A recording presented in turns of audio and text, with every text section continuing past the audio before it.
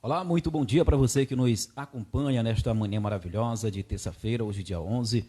Você que está assistindo o nosso primeiro trabalho de podcast aqui da cidade de Apiconçu, através do Zap Verdade, este canal de comunicação, que vamos estar chegando até você com algumas informações diárias e também vamos estar hoje conversando com o Dr. Alberto, este jovem que está aqui à minha frente, que hoje vamos poder conhecer um pouco da sua história, vamos poder conhecer um pouco dos seus desafios do dia a dia como advogado, como pessoa, como pai de família, que está aqui com a gente. Mas antes disso, eu quero perguntar para você que está aí nos assistindo, como é que está o nosso áudio, está chegando legal, está tudo beleza, ou está faltando a gente dar mais um ganho, só para a gente poder fazer o nosso, antes de iniciarmos o nosso bate-papo, para a gente poder confirmar, tá bom? O nosso áudio está tudo certo, a gente aguarda até a Kelly que está nos acompanhando, para nos dizer também se o áudio está tudo certo. A gente, no início da semana, começamos a divulgar a nossa entrevista, que vai acontecer em alguns instantes, mas a gente já agradece você, e se você quer divulgar a sua empresa, quer divulgar o seu evento aqui no nosso podcast, que a gente vai estar fazendo possível para estar diário, 2 ou 3 vezes na semana, e quer ser um entrevistado também, aproveite a oportunidade, o espaço para a gente poder adentrar junto a esse projeto, conversando com você e levando esse bate-papo descontraído para o nosso público apiconçuense.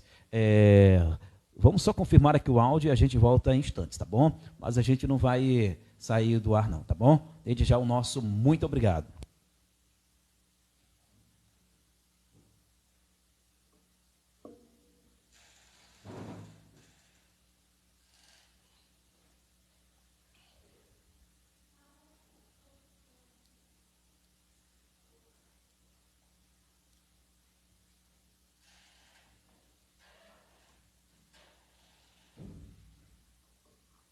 Muito bem, então vamos darmos continuidade a esse nosso bate-papo hoje aqui com o Dr. Alberto.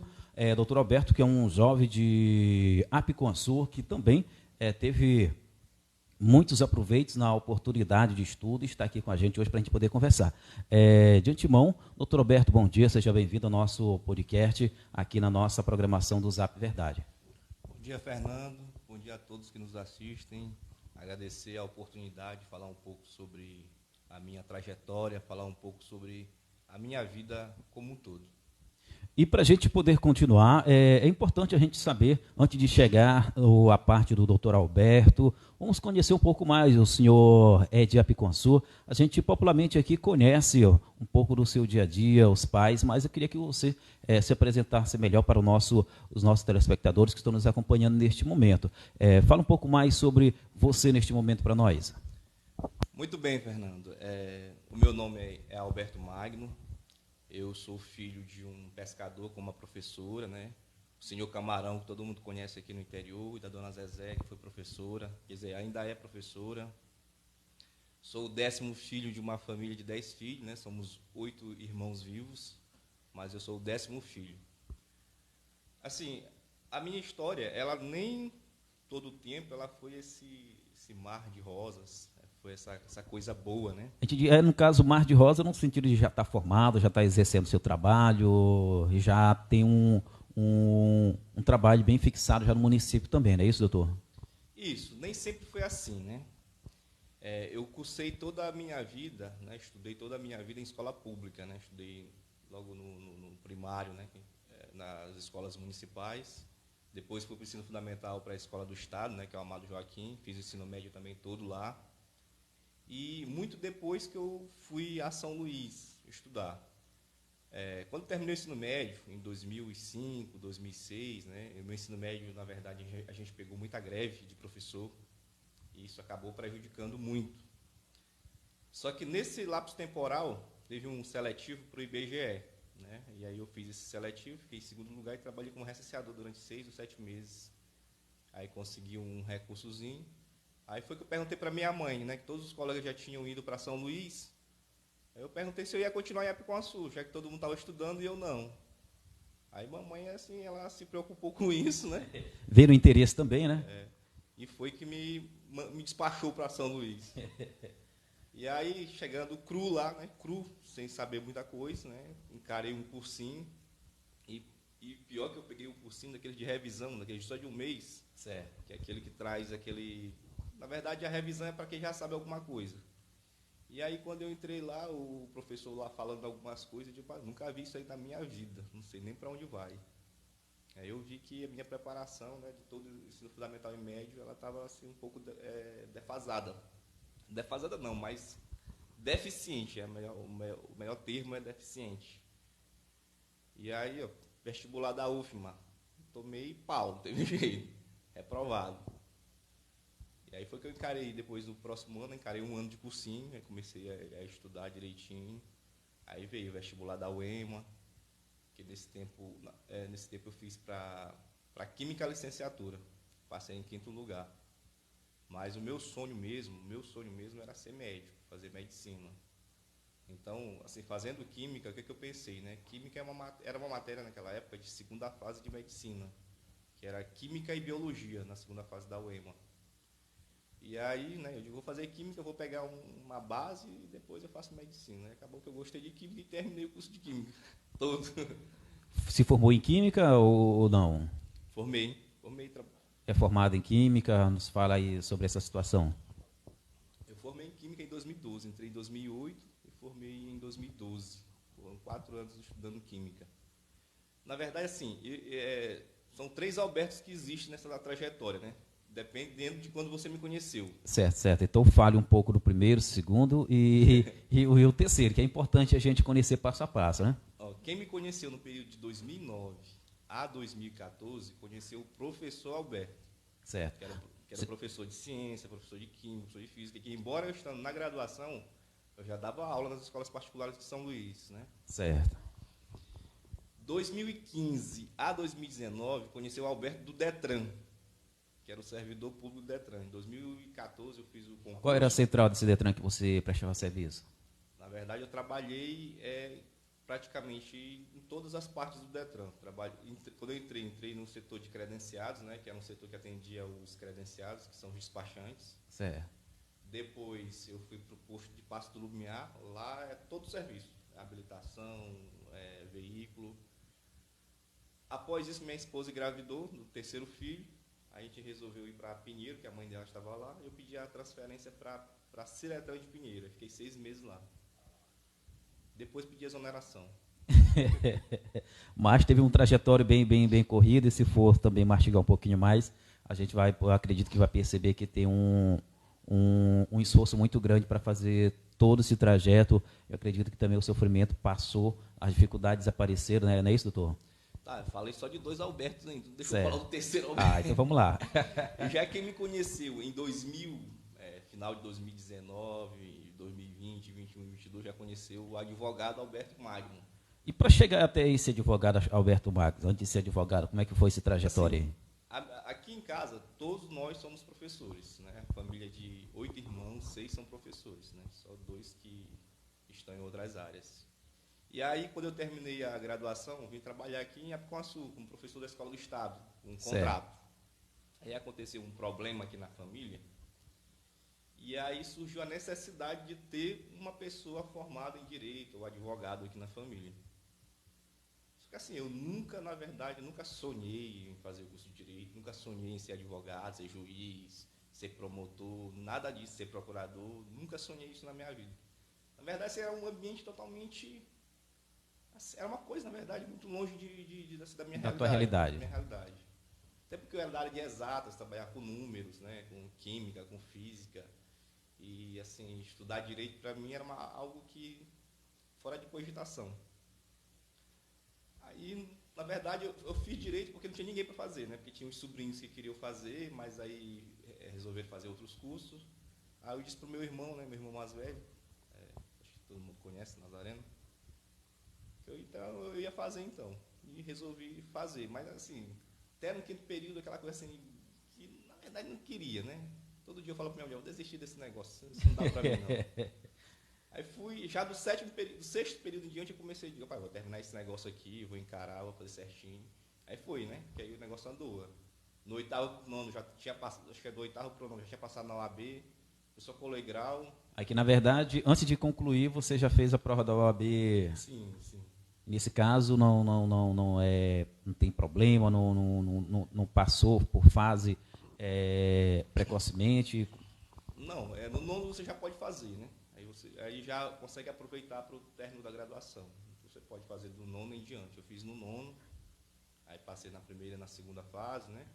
Aí só estava faltando defender a monografia, defendi, aí fui lá na OAB fazer a inscrição, já peguei a carteira de advogado, peguei ela e guardei.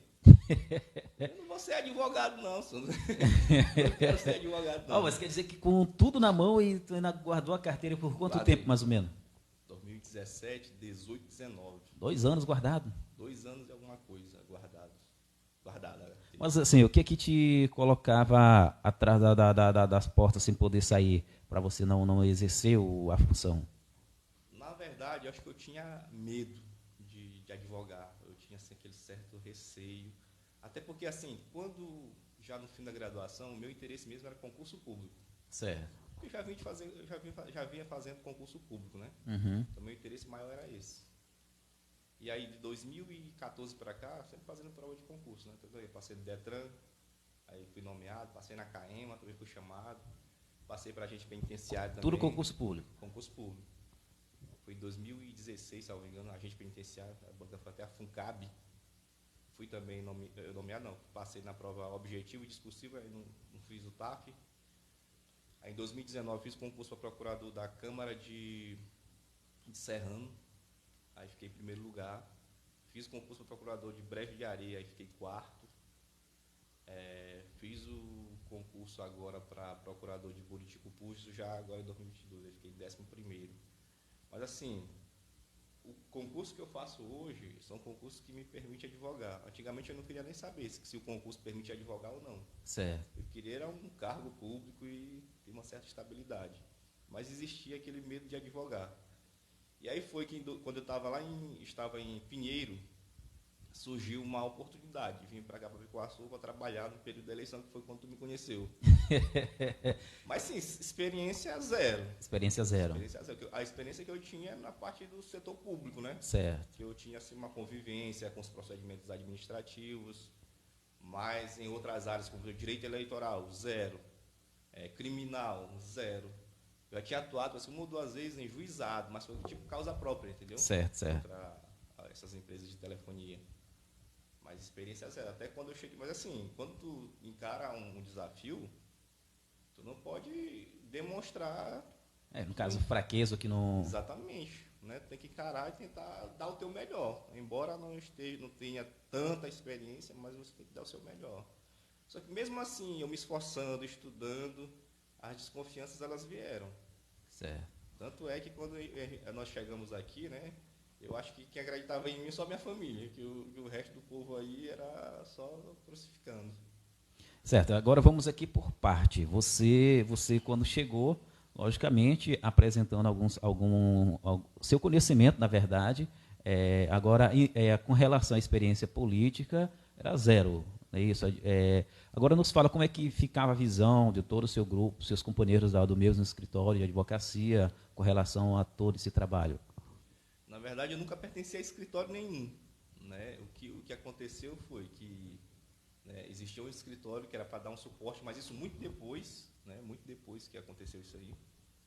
Assim, todo mundo sabe, né? O candidato que trabalhou foi o Zequinha, que hoje é prefeito da cidade. Daqui a pouco eu queria até para a gente aprofundar um pouco mais sobre esse seu trabalho juntamente ao Zequinha. Aí, né, teve esse escritório do Dr. Souza que daria o suporte e eu ficaria aqui. Mas no início foi eu sozinho.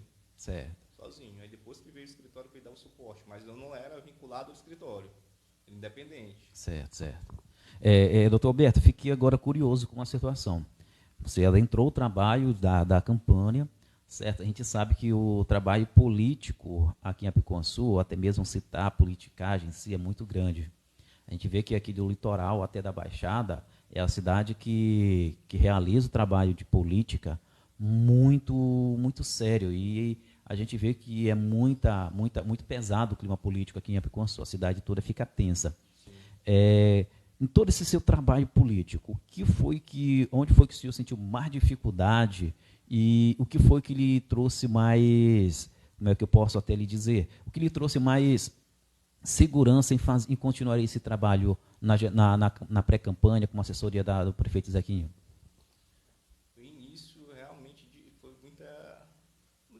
problemas, né, que surgiram. E, assim, a rivalidade aqui é muito grande, né? O pessoal sim. O cara, assim, aqui a pessoa não tem aquela diferenciação, né, de o que a pessoa é, o lado político dela e o lado pessoal. Aqui se confunde. Se mistura tudo. Se mistura tudo. Então, assim, eu tive o para-brisa do meu carro quebrado por conta de represália. Exatamente, política, porque aconteceram algumas coisas que a gente teve que agir, né? Certo. E acabou que repercutiu em outras pessoas. Então, assim, outras pessoas acharam que era algo pessoal, mas não era. Houve uma ilegalidade, nós fizemos a ação e o juiz deferiu os pedidos e acabou que as pessoas acharam que isso aí foi uma perseguição, mas não foi. Nos termos políticos, o que me encorajou a continuar foi que eu achei que nós íamos ganhar a eleição mesmo de fato. Então, assim, exigia um trabalho, tinha muita gente envolvida, né? Eu não podia deixar o barco andando. Quer dizer, sair naquele... Muitas vezes eu pensei em sair, voltar para... eu ia até lhe perguntar sobre essa situação. Pensei em sair, principalmente naquele evento lá que aconteceu junto comigo, né? Com a situação com o Zequinha lá. Certo. No caso, onde ele foi detido, sabe, essa situação, né? Exatamente. Aí, nesse período, eu pensei realmente em desistir. Mas aí, eu já estou aqui até o final agora, ver o que vai dar. E a gente encarou até o final. Doutor Alberto, em algum momento de toda essa situação, eu acredito que esse foi o momento mais agravante da política naquele período. Chegou algum momento ali desabar, chorar, gritar, algo assim? Porque o momento ali foi muito tenso, tanto para a oposição quanto para o próprio prefeito e o seu grupo político, não é isso? Chorar, a gente chorou muito. Rapaz, mas é uma situação complicada quando você cerceia o direito de alguém de liberdade. Assim, para quem quem teria o papel ali de assegurar e não conseguiu, né, manter, aí é claro que a gente fica triste, né? Mas não foi um problema assim que foi culpa minha. Certo. Entendeu? O circo já estava montado, né? E hoje a gente percebeu que foi tudo uma questão política mesmo que envolveu. Tanto é que teve absolvição sumária e não teve condenação. Não teve condenação, foi provada a inocência mesmo, não é? Não é igual o caso de Lula, né? Que Lula não foi inocentado, o processo dele foi anulado, né? Certo. Agora, todo esse procedimento, ao sair, o prefeito saiu na época, tal, legal. Como é que você se sentiu? Como é que você se sentiu após toda essa situação desse processo do prefeito Zequinha, foi inocentado, tal? Como é que você se sentiu após essa vitória? Mas eu senti assim, o sentimento de dever cumprido, né? Porque o que nós trabalhamos, o que nós nos envolvemos, o que nós nos ajudamos, deu resultado. E quando o advogado ele trabalha, ele estuda, ele se esforça e vê que, ao final, né, ele tem uma decisão favorável, rapaz, não tem dinheiro que compre isso. Eu acredito. Não tem dinheiro que compre isso aí. Às vezes tem coisas que a gente não ganha um centavo, né? Mas a gente viu que o esforço da gente conseguiu o resultado que a gente queria. Isso aí não tem dinheiro que compre isso aí. Isso é uma satisfação muito grande. Certo, a gente fica, na entendo. verdade, orgulhoso do trabalho, né? Trabalho cumprido, reconhecido. Exatamente. E assim, agora eu lhe pergunto, você como advogado, hoje você exerce em qual área da advocacia? Hoje, aqui no escritório, nós somos 2 advogados, né? Certo. A doutora Kessia e eu. Nós trabalhamos com o previdenciário, civil e o criminal. O criminal, hoje, nem assim, a gente não está fazendo questão de pegar o criminal por conta que assim, a comarca está meio dificultando, né? Tá um negócio meio complicado. A gente não tem juiz titular. E às vezes para a gente despachar alguma coisa, não está sendo tão interessante. Assim, o carro-chefe hoje do escritório está sendo previdenciário mesmo. Claro, a gente pega algumas ações contra banco, essas coisas assim, de juizado, mas... Certo, muito bem. Doutor Alberto, você falou algo muito interessante com relação à comarca aqui de Bacuri. Existe alguma possibilidade, alguma chance de Apiquançu, só fugindo um pouco aqui do contexto, de Apiquançu ter um fórum? A possibilidade sempre existe, né? Inclusive, legalmente existe uma comarca para Apiquaçu. Certo. Não existe uma comarca instalada, mas existe uma comarca criada legalmente, que até foi no tempo do doutor Marco Adriano, né? Que foi juiz daqui de Bacuri. Ele foi, salvo engano, ele que elaborou esse projeto de lei e foi aprovado. Certo. Só que assim, até hoje nunca foi instalada a comarca, né? Mas aí depende de quem mesmo para essa instalação? Depende do interesse do TJ, da população, né? Das pessoas que estão envolvidas, vão lá, que vão lá até o TJ cobrar, né? Politicamente também, né? Envolve. Certo, certo, certo. Muito bem. Fiquei sabendo, uma conversa, até mesmo com o promotor, que Apicuançu, se não estou me enganado, foi até com o promotor ou em outras pessoas. Estávamos conversando, a gente discutindo com relação a Apicuançu, justamente sobre promotoria, e a gente ouviu relatos que Apicuançu tem um número muito grande de ações na promotoria. Não é isso? Tem. E essa promotoria em Apicuançu iria amenizar muito a situação? É porque teria, na verdade, uma concentração, né? Os assuntos resolvidos de Apicuançu iam ser resolvidos em Apicuançu. Nós teremos os promotores de Apicuançu, o juiz em Apicuançu, então, assim, a demanda nossa ia ter as pessoas que iriam resolver. Então, assim, teoricamente, ia ter uma celeridade maior na prestação jurisdicional, né? Certo, muito bem. Doutor Alberto, da sua faixa etária de idade, tem muitos companheiros com essa mesma idade, mais jovem, da sua idade, já para encarar esses trabalhos? A minha turma era só gente mais jovem do que eu, né? Assim, pessoas que recém saído do ensino médio. Certo. Os meninos de 18 anos, 19 anos, que formaram, acho que com 21, 22. Quando eu formei a primeira vez em Química, eu formei com 23 anos, né? Bem novinho. E aí, quando eu fui dar aula no estado, as pessoas pensavam até que eu era aluno, não professor. Também, assim, mais velho, da minha idade. Então, tem aqui em Apicuançu tem muitos advogados, né? Tem o doutor Manuel, o doutor Alexandre. O doutor Alexandre é de São Luís, né? Mas certo, não é de Apicuançu. Mas tem os irmãos do doutor Neto, né? O Israel, o Natan, que são advogados. São de Apicuançu mesmo, são é de isso? Apicuançu mesmo. Além desses dois, você conhece mais alguém de Apicuançu que é formado em advocacia? Tem a Sara da Cabeceira, né? Se não me engano. Sim. Tem a Magalina, é isso? Que presta assessoria para o município? Não, Natalia, ela é de Belém. De Belém. Ela tem parentes em Apicuançu, mas ela é de Belém. De Belém. Mas tem também até uma história engraçada, né? Que eu fui professor dele. Hoje ele é advogado também. É onde ele me encontra. E aí, professor, como é que o senhor está? Ele até, acho que é assessoria jurídica lá de Serrano do Maranhão. Que é o filho da professora Nhar. Sei. Advogado dele. Doutor Alberto, muitas das vezes a gente vê uma certa dificuldade em chegar para conversar com o advogado, que às vezes a gente acaba pensando advogado é marrento, é mais sério, é algo assim, e a gente vê que em você é totalmente diferente. Por que esse seu jeito todo sorridente, brincalhão, é algo de uma identidade sua, ou porque, na verdade, a tua escolaridade foi diferente das outras? Eu acredito muito o meu jeito mesmo. Eu nunca fui duas pessoas, né? Assim, de ser o advogado intocável. No caso, tem essa situação, advogado intocável.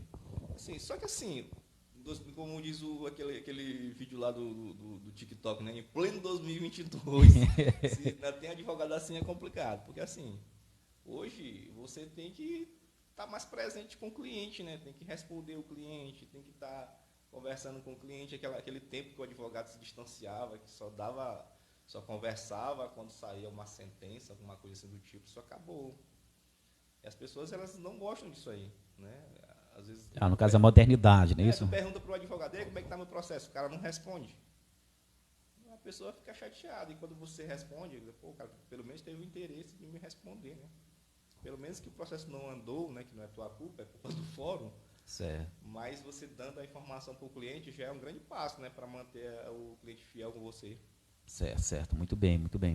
E também a minha criação também, né? Aqui em casa, assim, papai sempre brincou muito com a gente, então, assim, desde criança, meu jeito é esse, assim, eu nunca fui pessoa de estar, aquele ditado, né, pabulagem, de não me misturar, não, eu sempre fui, onde tem a galera, eu tô lá, eu converso com todo mundo. Às vezes as pessoas têm, assim, como tu mesmo me falou aquela vez, né, que me olha pela primeira vez, pensam que eu sou muito sério. E na verdade não é. Acho que é só a feição mesmo, assim, que é de gente homem sério mesmo, é só a barba. Doutor Alberto, como é que faz para chegar até o seu, para conseguir os seus trabalhos aqui em Apicuançu? Aqui tem a rua Vigílio Gatinho, né, tem a Escola Príncipe Encantado, do lado direito tem a Doutor José Saber, tem o escritório, ele fica aberto das 8 às 12, e das 2 às 18. Ou então pelo WhatsApp, 97005-3306. Certo, quase esqueci o número, né? Porque é o número do escritório, eu quase não eu esqueço. Certo, então desde já eu quero deixar um convite especial para você, que em breve, neste mês ou no próximo mês, a gente escolheu uma temática para a gente poder discutir, certo? Você, como já trabalhou no Detran, eu acredito que é algo muito importante já para a gente poder também estar discutindo para a nossa cidade. E a gente faz parte, né, da comissão de trânsito da OAB, assim, teve a Semana Nacional de Trânsito, né, com um tema muito importante, né, todos juntos pela vida, na verdade, né, nós juntos salvamos vidas, na verdade, o tema. E, assim, a comissão não fez muita coisa porque ele ainda estava em processo de formação, mas a partir de então vai ter as palestras, vai ter os eventos, né, certo, vai até trazer para Picuaçu. E isso, com certeza, será muito, muito bem-vindo e gratificante para a população apicuaçuense. Doutor Alberto, a gente sabe que a Apicuaçu tem um número muito pequeno de pessoas que têm carteira de motorista, tanto a quanto a B, a gente vê que tem um número muito pequeno. Só fugindo um pouquinho aqui do assunto, eu acredito que tenha uma lei que proíba também a pessoa de andar sem capacete, para a gente ver o número de muita gente. O que você vê com toda essa situação? É falta de orientação, de conscientização? O que é que você vê que está faltando, na verdade, aqui para o nosso município? Primeiramente é conscientização, né? Até porque assim, o município não está ainda municipalizado o trânsito, né? Então, assim, questão de fiscalizar, de autuar, não vai acontecer. Mas nada impede que haja uma conscientização, né? A educação para o trânsito de fato, que é conscientizar. Porque às vezes a gente diz, se você não usar capacete, você vai pegar uma multa. Mas e se a gente falar que o uso do capacete vai salvar a vida dele em caso de um acidente, né? Mostrar pessoas. Existe a diferença, né? Exatamente, a conscientização. O julgar e o acusar, né? Porque assim, às vezes nós falamos que o não uso do capacete vai gerar uma infração. Mas será que se nós falarmos que o não uso do capacete vai preservar a vida dele, mostrar pessoas que sofreram um acidente, que estavam sem capacete e morreram, e que com o capacete poderia estar vivo, né? Uma imagem que choque mesmo. Umas palestras em escolas. É até interessante fazer em escolas, né? Porque às vezes as crianças, quando elas chegam em casa, elas exigem que o pai ainda convence o pai melhor do que um adulto, não é isso? E a gente vê que tem um número também muito grande de adolescentes, pré-adolescentes aqui em Apicuaçu, andando de moto, levantando pneu, fazendo e muitas coisas desse modo. Isso aí, além de infração de trânsito, é crime, né? Entregar veículo automotor para criança, né? Quem entrega, ele cometeu um crime lá do Código de Trânsito Brasileiro. Certo. É complicado a situação de Apicuaçu. Então, eu acho que vai dar muito bom esse bate-papo aí pro nosso próximo encontro. Eu acho que o trânsito seria fundamental para a gente poder tá discutindo, não é isso? O trânsito, na verdade, ele é algo que deve ser debatido quase todos os dias, né? A gente não pode nem fugir dessa temática, porque, assim, querendo ou não, nós estamos no trânsito. Certo. O trânsito ele é compulsório. Você não escolhe estar no trânsito, você está no trânsito. Você nasceu e já está no trânsito. Você morre no trânsito, né? Que é no teu cortejo fúnebre, lá vai um monte de carro. Você já está no trânsito também.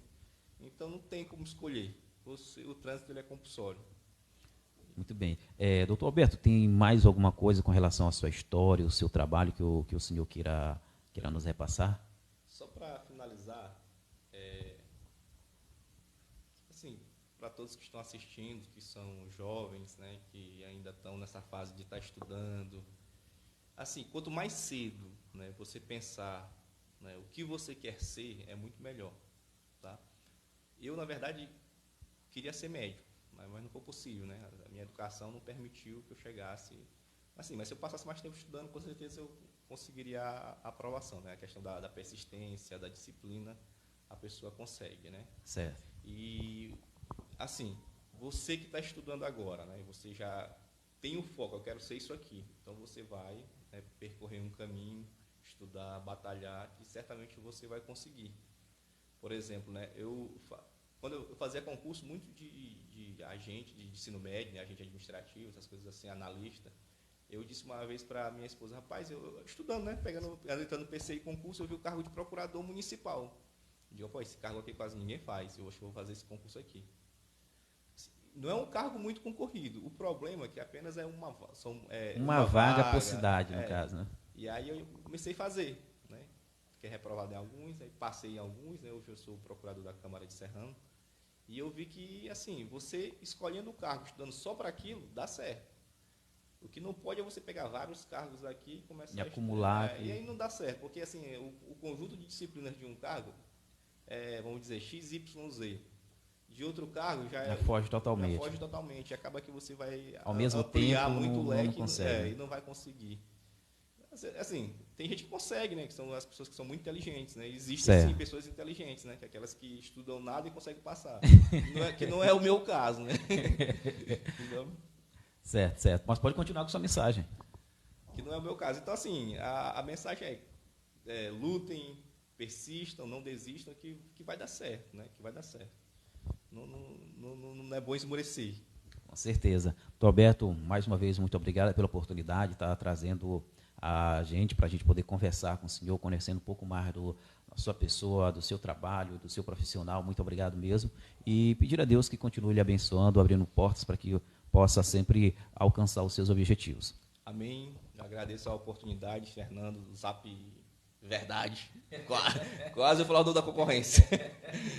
Zap Verdade. E, assim, esse trabalho que tu faz é interessante, né? Trazer pessoas comuns. Porque eu não, assim, o que eu sou? Eu sou um advogado, um procurador de uma câmara, um pai de família, né? 3 filhos. Tenho um filho mais velho que é autista, a minha caçula também é autista.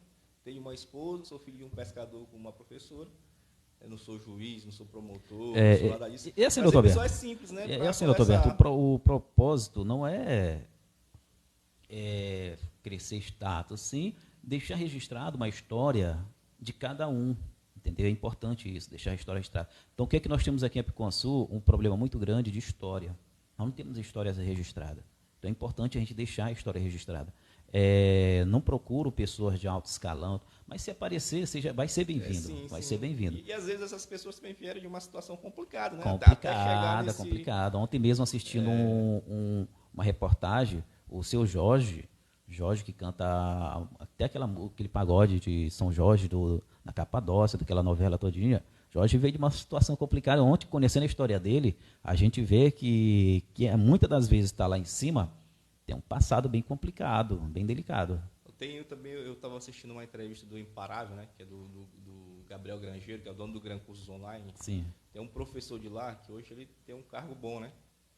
Acho que é promotor de justiça ele hoje. Mas quando na infância dele, ele cometeu muitos crimes, ele cometeu muitos furtos, ele era mesmo do lado obscuro da força.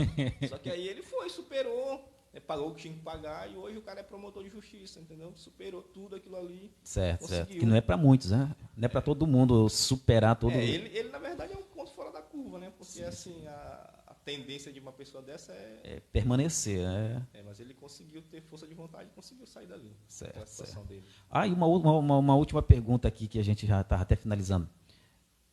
Tem coragem? Pretende, sonha, além de advogado, ser um promotor, um juiz? No momento, não.